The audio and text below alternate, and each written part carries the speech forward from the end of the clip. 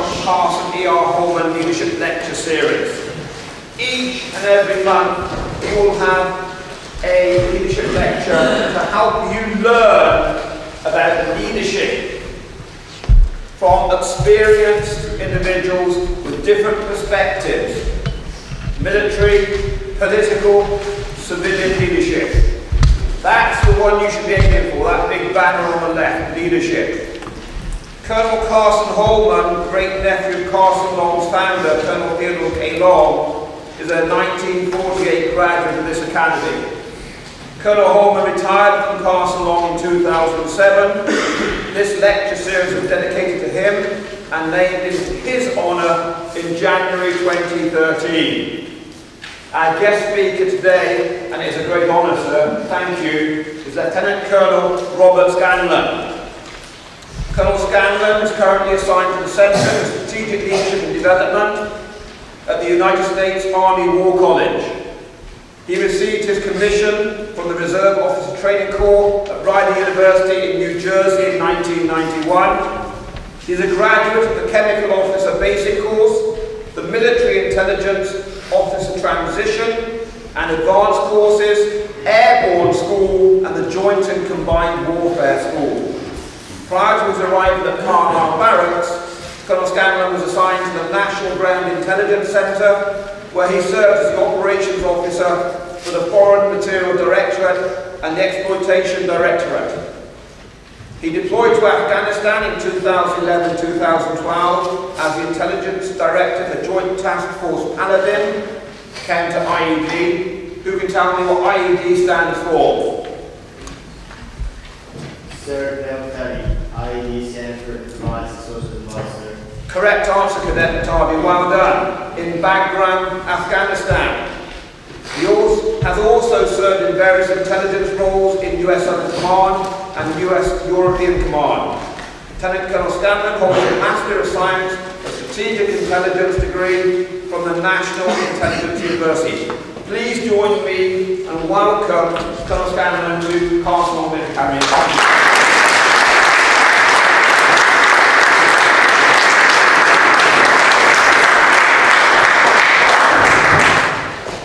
Thank you for all coming today. And I know it wasn't optional, but it's still nice that you're all here. I wanted to thank Colonel Carson for having me out here. And I know some people, if you looked at a schedule, you saw that Colonel retired Dr. Bonin was going to be here, but something came up, and I had an opportunity to fill in his slot, so I'm here instead of him.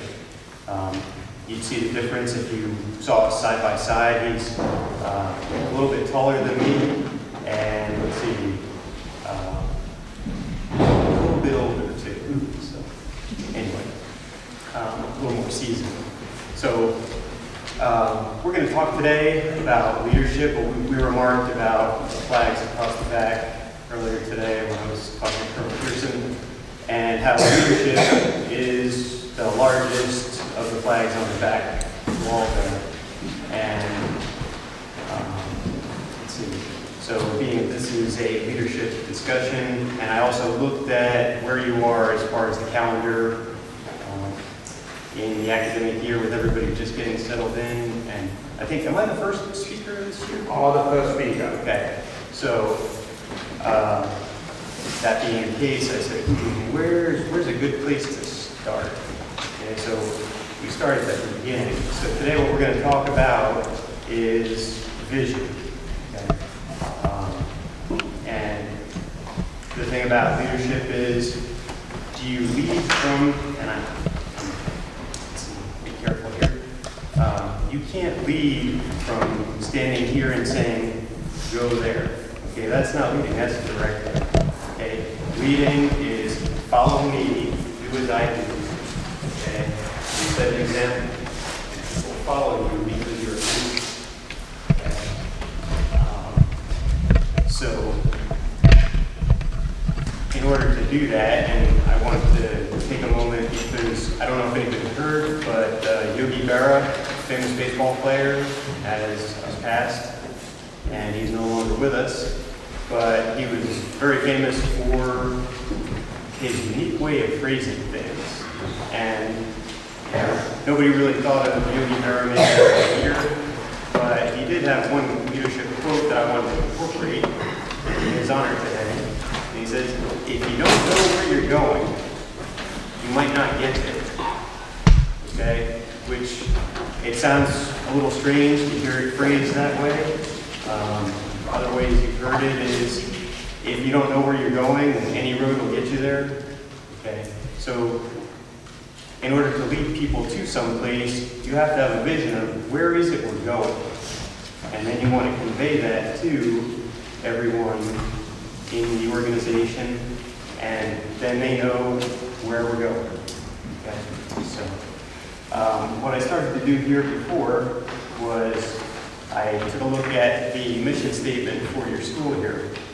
I'm not going to finish writing it because that would put my back to you and that wouldn't be rude or wouldn't be very nice. So the mission of Carson Long Military Academy is to inspire young men to strive for academic excellence, build strong character, and reach their full potential as future responsible citizens and ethical leaders in the global community.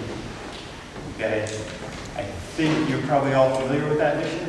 If not, it's in your handbook. That's where I stole it from. So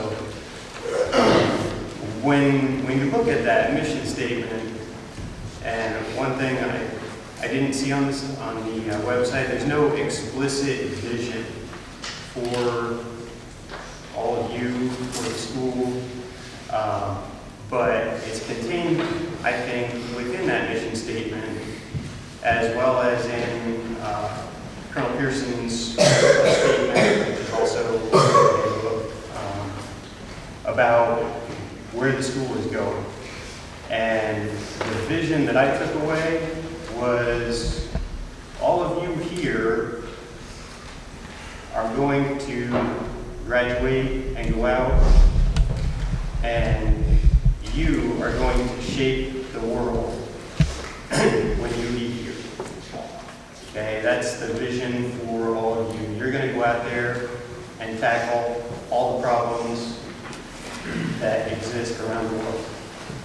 Okay. Okay. Does anybody here feel a little bit challenged by that? Okay. You're going to go change the world. Are you? What do you think about that? I'm ready. You're okay. So, and have you thought, what's the first thing that you would like to see changed? But those are things to think about. Okay. We'll scope this down. We won't change the world here today, but some things that you can look at. You've got your platoon organizations, you've got squads. Okay, who are my squad leaders out here? Okay, great. So, we are sitting on here. So, what's the vision for your squad? What do you have planned for them this year?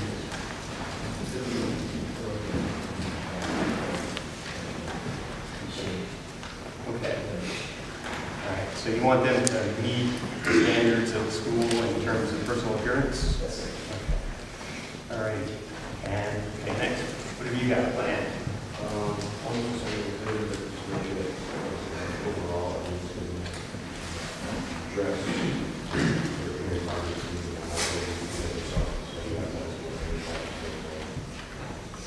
All right. So I'll fill this one out now.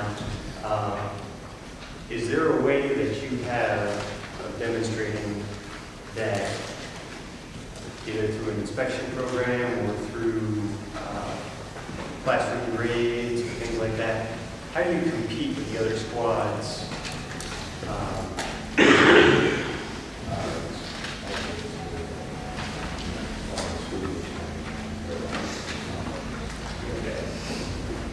Because one of the things, because I looked at this and said, well, you know, when you show up in a new organization, all of you, you're going to go out of here and you're going to be leaders. And the first thing that people want to know when you show up, and this will happen if you go out and you're a leader in the civilian workforce, or you're a military leader, or in fire or police, whatever it happens to be, people ask you, okay, what are you going to do for this organization?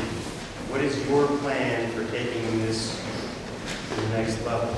Okay, because leaders are not responsible for maintaining status quo.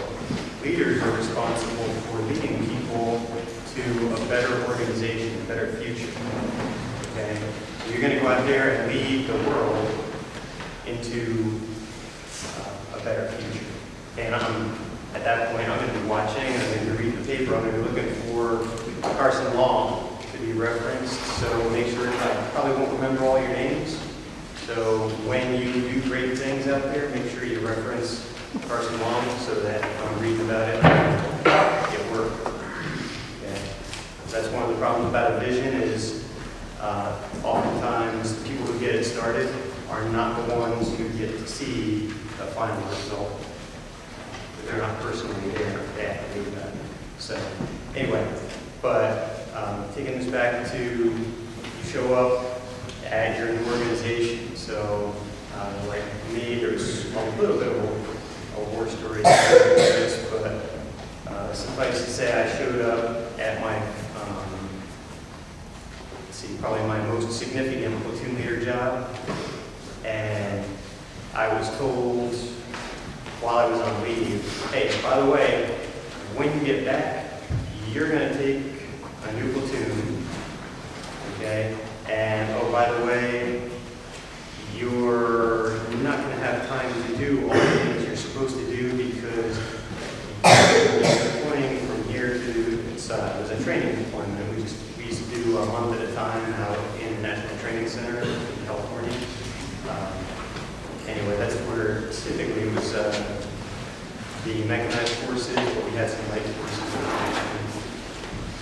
Anyway, so you're going to take your platoon, you're going to go out, and you're going to be part of the National Training Center rotation, and you're going to get to know your people there. So, let's see. So I showed up, I had about a week to get out the door with them, and okay, what's your vision for your platoon? Right. And I told them, all right, just make this really simple right up front. You are going to be the best platoon in the entire division. That is my vision for you.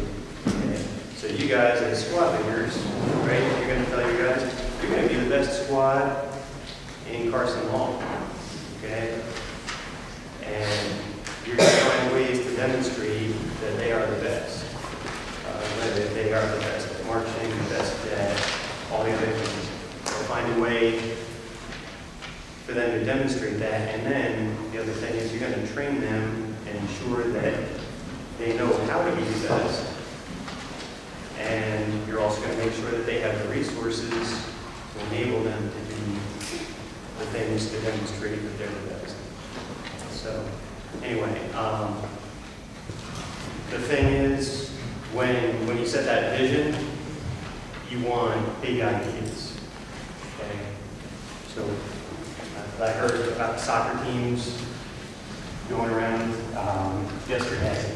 So who wants to be part of the soccer team where the team captain says, okay, so what we're going to do this season is we're going to make sure that we don't sweat too much and we don't get our clothes dirty, and those are the objectives. That's my vision for us. We're going to finish out and we're going to be the most well-rested team out there. Okay? Anybody want to be part of that team? Okay. If you need rest, that's fine. Okay. Who would rather be part of the team where your team captain comes out and says, okay, what we're going to do is we're going to beat every other team in this school, and then we're going to take it on the road and we're going to beat any other team that we can find within short travel distance, and we're going to demonstrate how good we are at soccer, and we're going to make Carson Law gain fear among soccer players in the area. Okay? Who wants to be on that? Okay? Yes. I'd like to be on that team. Right? So, but you want something for people to strive for. Okay? People don't want to just hang around and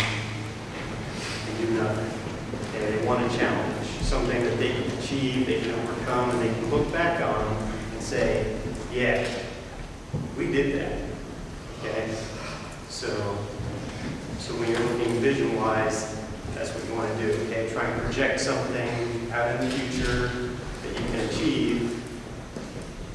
Okay? And then once you've got that vision going, what do you have to do? Okay, I've just told you, right? We're going to go and we're going to beat every other soccer team out there. So what's the next step on that? Implement ways of how to achieve it. Right. Okay, so what might be one way we could do that? Okay. All right. So does practice make perfect? Or is perfect? Okay. So I'm just hinting at you need some standards. Okay. So we don't just go out and practice. We're going to practice the right way, because we want to ingrain those good habits into what we do. So, and I know we've got some younger cadets out here, and we've got some of the older cadets out here. So, when we talk standards and things like that, I'm going to refer back to some principles from an American martial art called Kenpo, American Kenpo.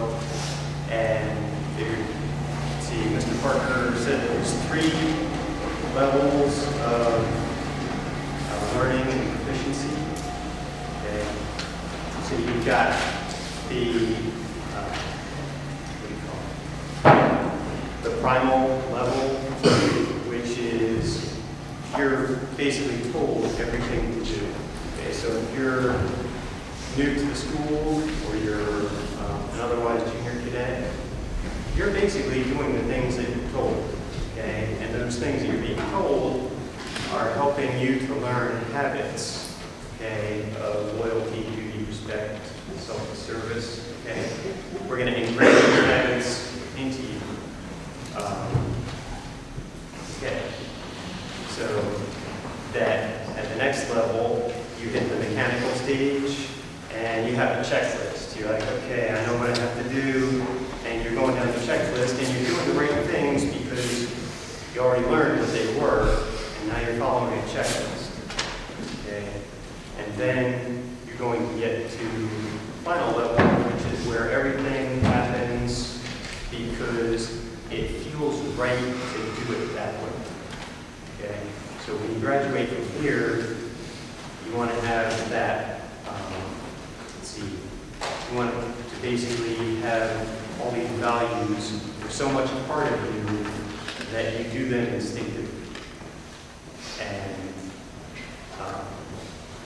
anyway, so that's part of the pathway that you're going down here at Carson Long. And why are you getting these leadership positions starting squad leader, platoon leader, company commander? They are building those values into you so that it's just a natural behavior when you lead. So we're going to do, on 3, we're all going to stand up. 1, 2, 3. Okay, great. All right, everybody put your hands up. Okay, and we're not going to hit the person next to us. Go ahead and reach out to the front. Okay, and back up. And back to the front. And back up. Okay, down your sides. Okay, kick your right leg. And shake your left leg. Okay, stand. All right, go ahead and have a seat. All right, it's a little warm in here, I get it, and I know what it's like right after lunch, that same stuff. You get a little drowsy. Okay. All right, so where were we? Talking about where you're going to and how you're going to change the world. Okay, you can't change the world right away because we have to make sure that you have the right tools before you leave here so that you can go and achieve that vision. Okay, so that's where I was at before with your levels of learning as far as leadership and values. Okay, you've got to have those so firmly ingrained in you that you walk out of here proficient and you feel uncomfortable if you're not doing the right things. Okay. That's my train of thought. Okay. So, all right. So we talked about some of the things got to do with your soccer team in order to achieve the goals.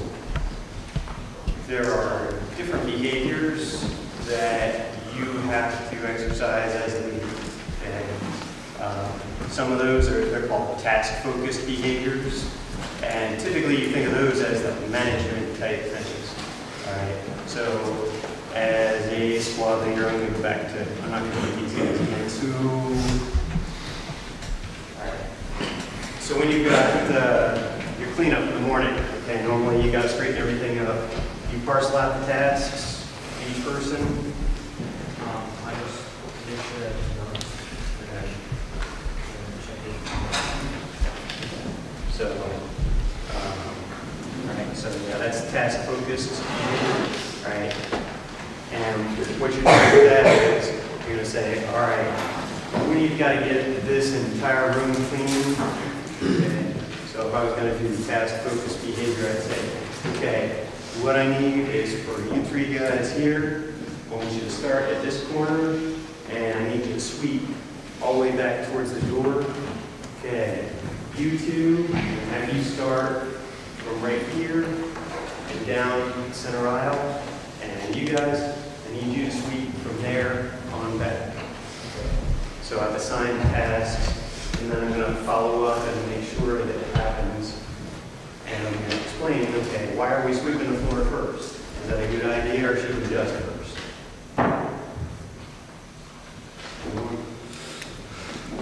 Okay, yeah. So if you're part of an organization, as a good follower, you might want to say, hey, I don't think it's a good idea to sweep the floors first. I think we should dust first, because otherwise we're going to sweep, and then when we go and dust, we're going to knock stuff down on the floor, and we're going to have to redo the floor. So that's a participative type of organization where you come in and say, hey, we got a great idea, explain why, and you go on. All right, so task-focused behavior. But what I was getting into there is the people-focused behaviors. Okay?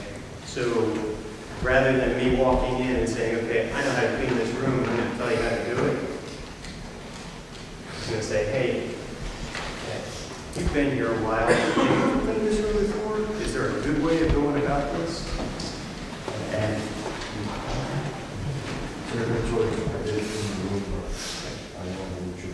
no tricks? Okay. But, okay, thanks. So,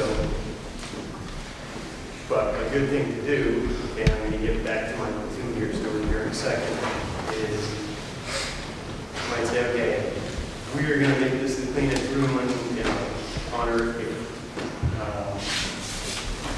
In order to do that, we're going to assign tasks. But before you start lopping down trees, make sure you're in the right parts. Go ahead and sit down with your subordinate leaders. So if you're a platoon leader, you've got squad leaders. If you're a squad leader, you've got some guys who have some experience. Talk with them and say, hey, what do you think about this? This is what we've got to get done. And have you done this before? And let's say we call it people-focused behavior, because people who are involved in a decision and involved in planning and getting something done, they're usually much happier to do the job. Okay? Get involved in the process, take them down the road. Okay?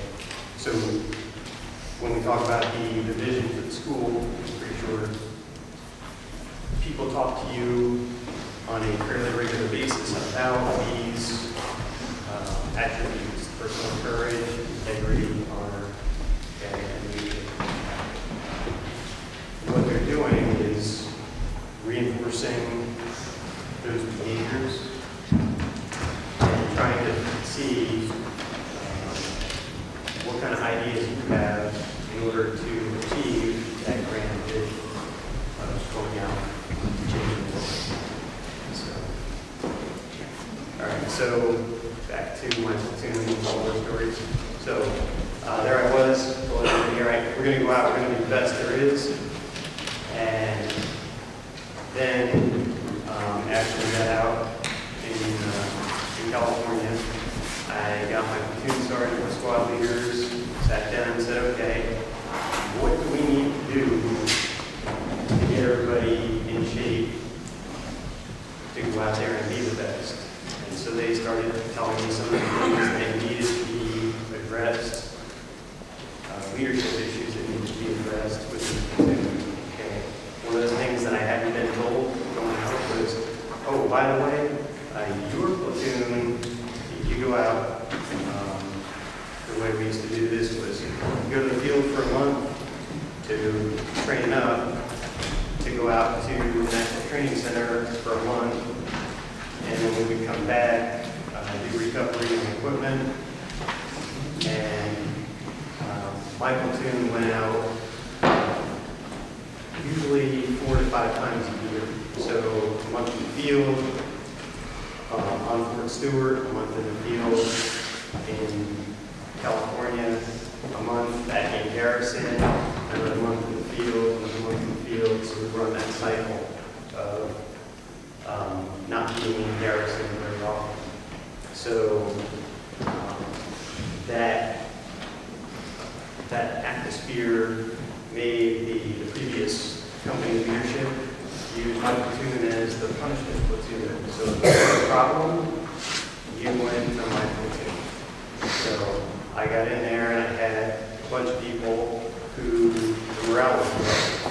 Okay, they said, I'm here because I'm bad.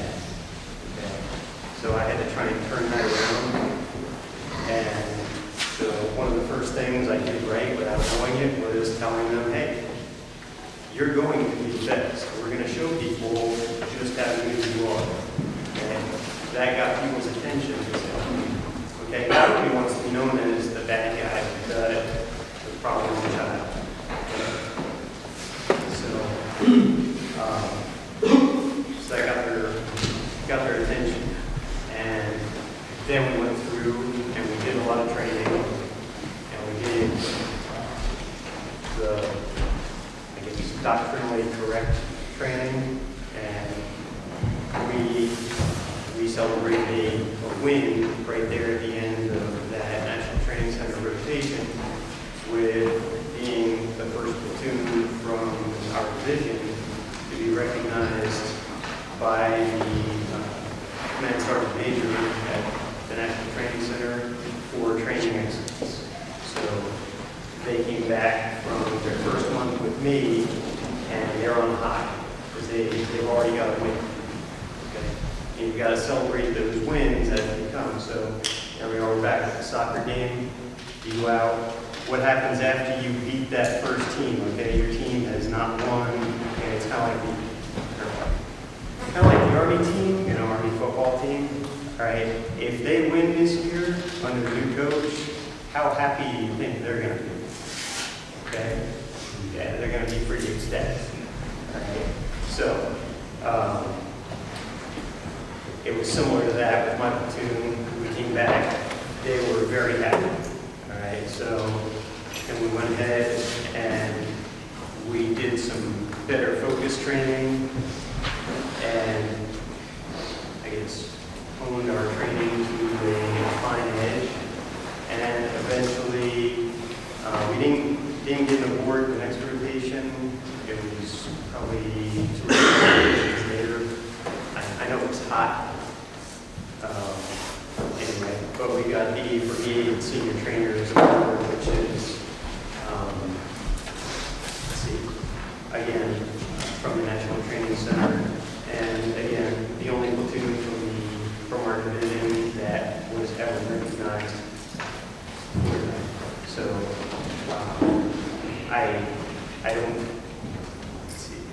don't say necessarily that it was my leadership ability that did it. I think I had a lot of the right people. And that's the other thing you're going to find when you're out there leading. You don't always have the people that you might want to have. And what you have to do is if they're not the people that you wanted, you need to help them. part of leadership is developing your people in order to get them to the point where you are happy to have them and they're happy to be there, and you're basically all singing the same tune and marching to the same step as you move out towards that objective that you envision.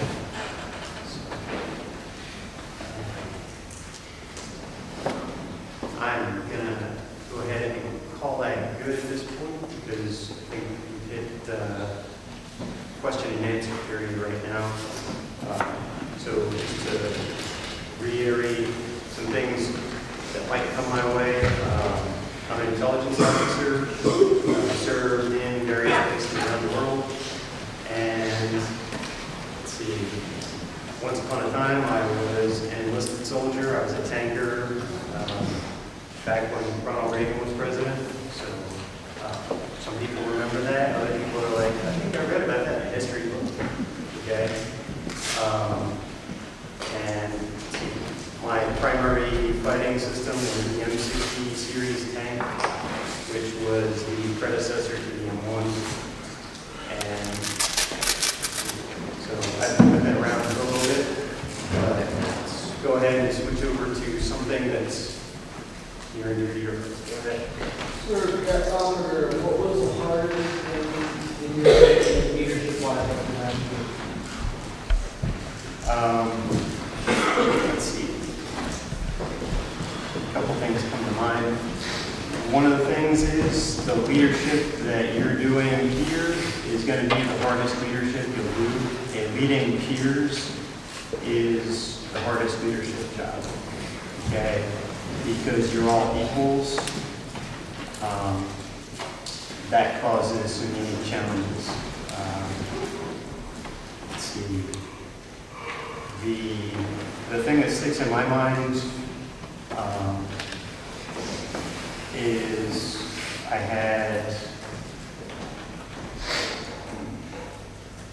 it was a very complicated situation when I was a company commander. I involved my supply sergeant, one of the other soldiers in the unit, and basically this soldier broke some rules, some of the Uniform Code of Military Justice rules, in order to embarrass this sergeant publicly in front of the entire unit. Okay. So, and what that did was then it polarized the company. There were people who thought that it was entertaining at least, or warranted that this soldier had done these things to embarrass an NCO. And then there was the other side of the company who were supportive of this NCO. So bringing the company back together after those events was the toughest part.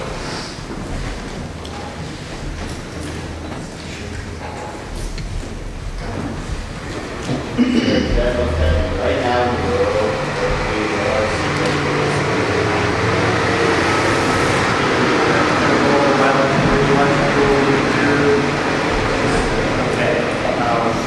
let's see. Right now, they're working primarily, the ones that I saw in Afghanistan were working with the EOD units. I was there with the 71st EOD Explosive Ordnance Disposal group, and that was what comprised the nucleus of Task Force Paladin, and we had EOD soldiers from other services and the partner nations that were there to help us with the problem. The Suburban folks worked as part of that organization. They're not EOD technicians, but when the EOD technician is working with a potential chemical hazard, chemical, biological, radiological hazard, and that's where your submarine their primary focus is on protection from those harmful agents, whether they're, sorry if I keep repeating this, chemical, biological, radiological. They have the equipment to protect soldiers from that, and also if you happen to get contaminated, then they can get you cleaned up. Go ahead.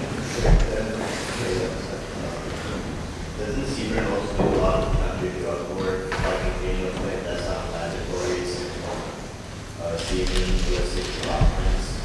I have not been involved in any of that, so I'm not sure. It would sound logical that if you're going to go into something where there's potentially hazardous chemicals, you would want those guys to be there. But I have no personal knowledge of it. Sorry. So could you comment perhaps on whether you think there's a difference between leadership in peace and leadership in war, and what those might be? Let's see.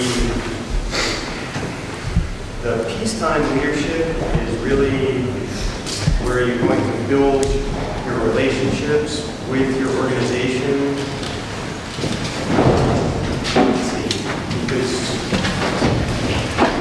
I mentioned the participating leadership style, which when you have a lot of time, you can do things like that. There's also a very directive leadership style that has to get used in those dangerous environments. Okay? So I don't have time to ask you how you feel about being shot at. I'm just going to tell you, get down. Okay? I don't have to. We're not going to do participative leadership in that situation. And I'm not going to say, well, what do you think about going over there and with that guy shooting at you and taking care of that problem? All right? I'm going to say you. Okay? First squad, I need you over on the left flank. Lay down basic fire first. Second squad, I want you over here to maneuver up the flank. And third squad, I'm going to hold you in reserve and reinforce where necessary. Okay? I'm not going to ask questions from them. I'm just going to do that. So in peacetime, you build relationships and build confidence with your soldiers so that they trust you. Okay? Because without trust, leadership will not work. So I don't know, does that answer the question? So you need to build the trust and the bonds that you will then use if you happen to end up.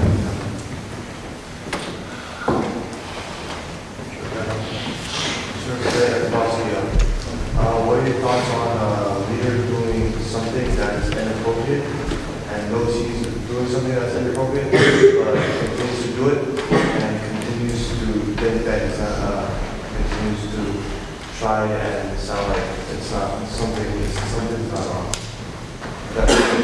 I think so, and let's see.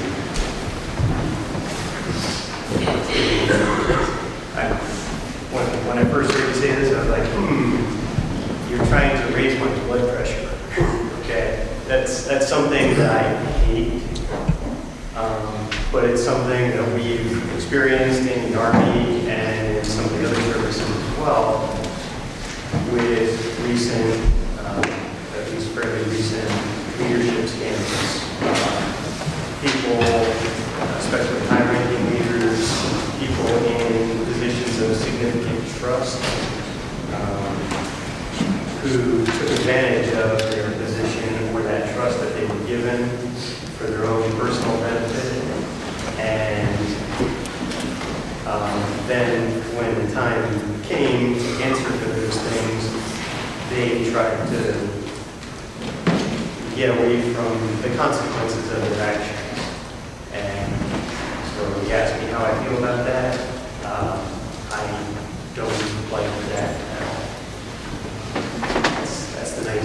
staying there. Did you have anybody in particular? Someone in the community. Let's see. So, there's one of the gentlemen who got in trouble fairly recently. I worked with him. I used to brief him about once a week, and I thought very highly of him, and I was extremely disappointed. And it hurt me on a personal level, hurt my morale to find out what.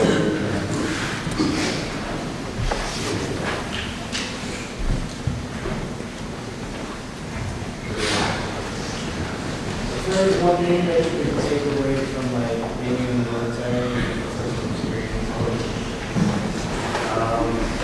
Let's see.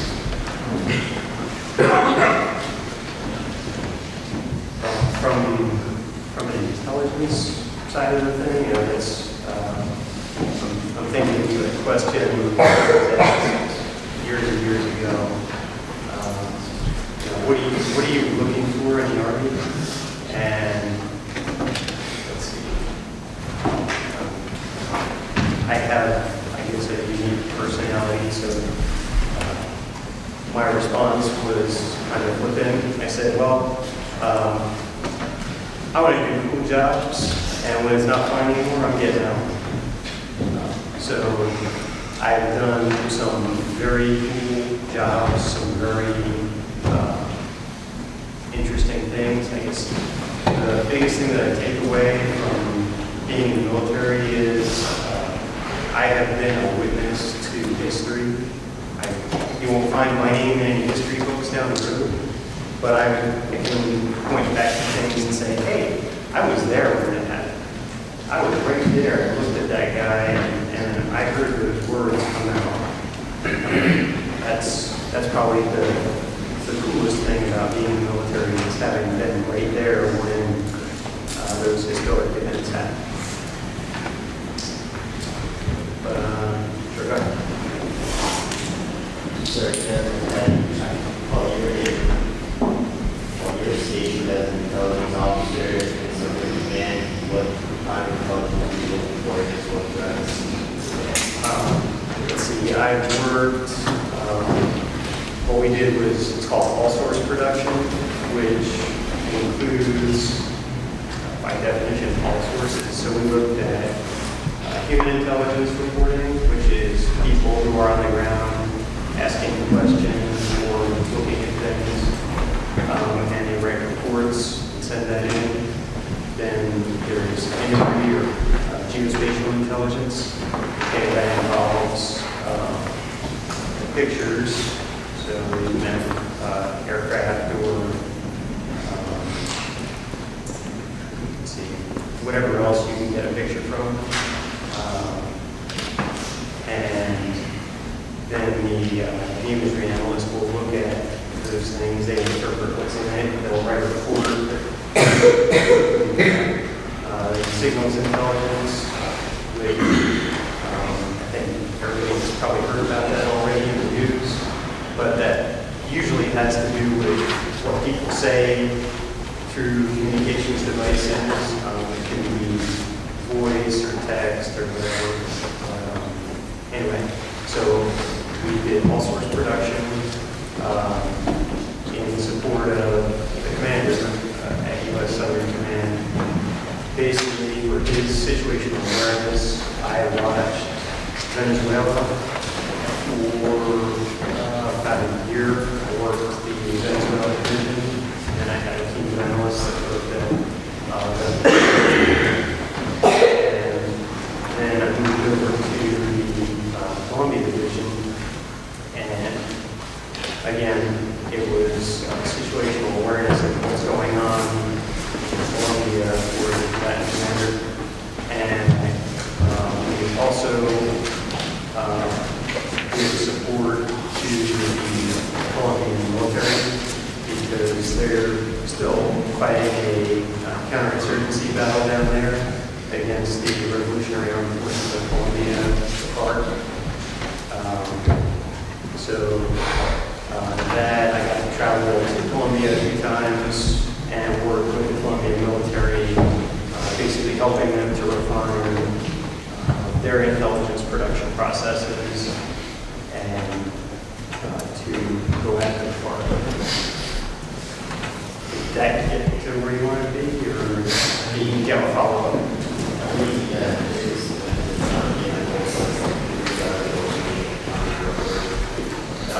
Yeah, the counter drug work is actually done by the Drug Enforcement Agency, and they have their own intelligence and processing apparatus. They look at it from a law enforcement perspective, which is a little bit different than the traditional military intelligence. Law enforcement looks at the situation and they decide we think that is guilty, and then they gather intelligence that will support that case in court, where we look at an event that happens and we say, I wonder what's coming next. So we don't look backwards, we look forwards, and law enforcement looks to look backwards. Yes, sir. Leadership and being a leader takes on a whole lot of responsibility. Some of that responsibility may cause a sense of fear. What have you ever been scared to be the leader, and what did you do to counteract that fear, and why might you have been scared? I don't know. Anybody here ever done public speaking? Okay, great. You were a little nervous before you stood up. Okay. The more you do it, the better you get. Let's see, I'm scared. Or a sense of fear? Yeah, I've had many times where I had a sense of fear. Eventually, I think you just get over it.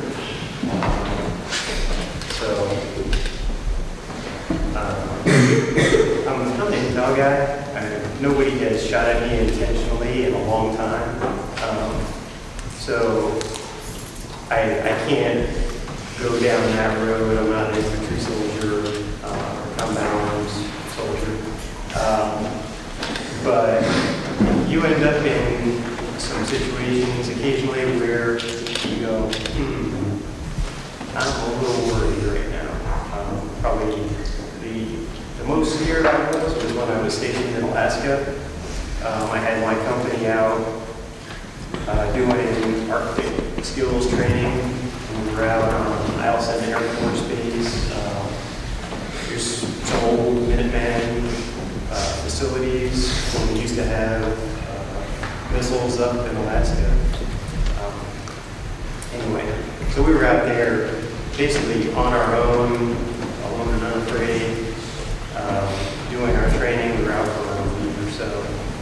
And we had gone on a ski march. So everybody's wearing cross-country skis. We're heading out through the wilderness of Alaska, which it is wilderness. And we had a storm come in, and we were all watching the weather very closely. I had one of the little NOAA radios to track storms and things. This one, just for whatever reason, didn't come up on screen. And so we're out away from all of our tenting and everything, and only planned on being gone for about 5 hours or so. So nobody's really got a lot of stuff with them. It's about 20 or 30 below zero, and the storm comes in. And I couldn't see as far as Cadet went in front of me, and I was like,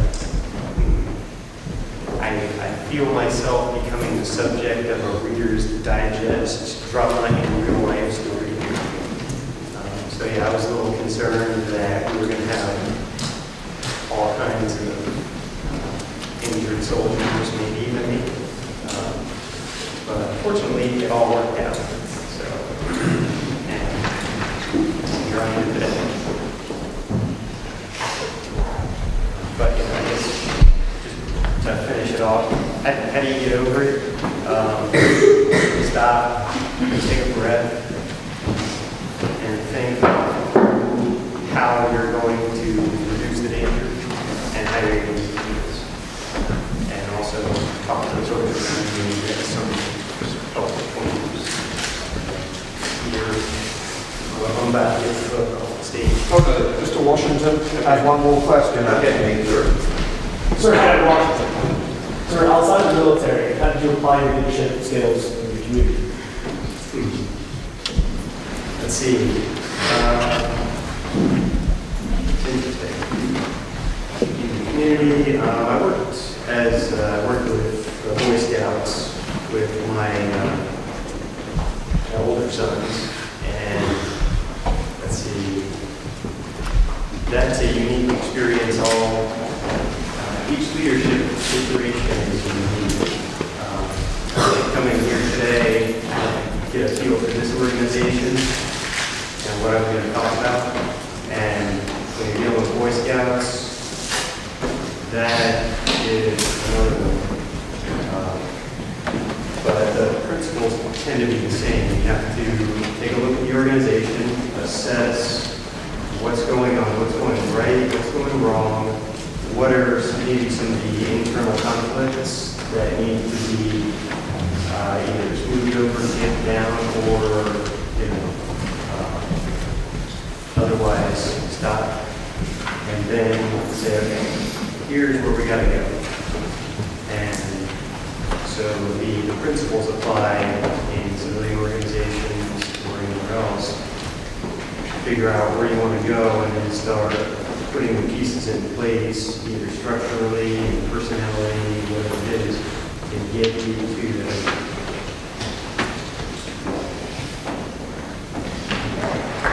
Sit up, everybody. Sit up. Remember, when you ask a question, stand up, introduce yourself, and speak loudly. You can't get it all. Always do that, please. Colonel Scanlon has taken time out of his busy day, his duties at the War College, to be with us today and impart some of his experiences around leadership, from the tactical level all the way through to strategic intelligence with Colombia and countries around the world. Thank him, please, profusely.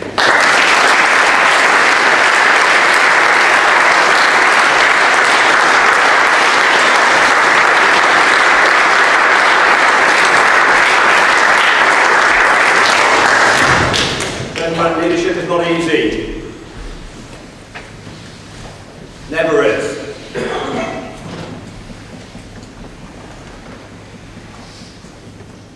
What do you want to be? A leader or a member of the flock?